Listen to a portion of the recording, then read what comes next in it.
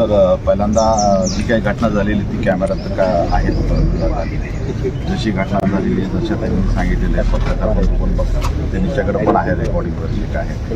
आणि मी DCP आमचे zone आहे, तर हे करतो यांची मेडिकल वगैरे करून मेडिकल रेकॉर्ड वगैरे हॉस्पिटलला पाठवून जे काय असेल त्याप्रमाणे, आणि जी काय आहे कायदेशीर त्याप्रमाणे कारवाई होईल.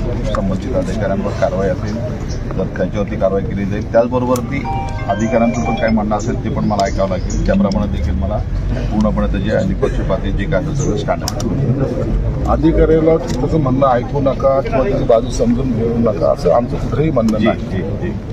परंतु ज्या पद्धतीने अमानुषपणे मारहाण केली, आता हा आमची याची MLC नोंद करा त्या अधिकाऱ्यांच्या विरोधात, तुमच्या PIला वर त्यांना सांगून नोंद करा, मेडिकल करा, परंतु मला आजच्या आज त्यांच्यावर कारवाई झाली पाहिजे. आता तुम्ही सगळं पाहताय, वस्तुस्थिती पाहता.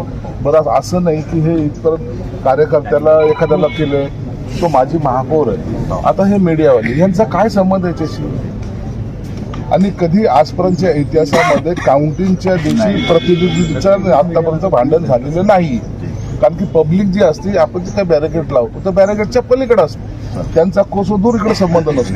म्हणून जेव्हा काउंटिंगला प्रतिनिधी बोलवतो त्या टायमाला त्यांना एक तर ते प्रतिनिधी आहेत पण त्याचं सन्मानानेच गेले पाहिजे. पण तिथं जर त्यांना मारहाण होत असेल तर आपली परिस्थिती काय? आता सगळे उमेदवार इथं बसलेले, कोणीच आतमध्ये गेले तेव्हा आमच्याच कार्यकर्त्यांना मारहाण करतात, आम्ही काय जाणार आतमध्ये? म्हणून आता तातडीने त्याचं मेडिकल तर करावंच लागेल, परंतु त्यांच्यावर MLC नोंद करतोय आम्ही आता, आणि कारवाई आजच्या त्यांच्यावर तातडीने झाली पाहिजे. आणि तो देशमुख कोण आहे त्यात काय सागर देशमुख, सगळं जे प्रकरण घडले ते सागर देशमुख त्यांच्यामुळे घडले.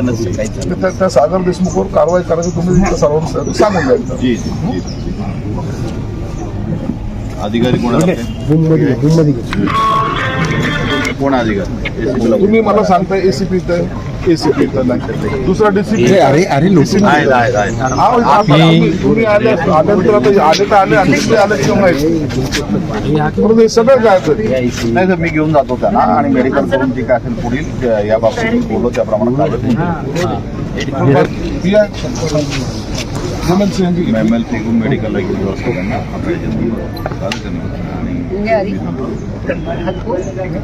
करून घेतो. राम मोबाईल मागे ओके ओके ओके.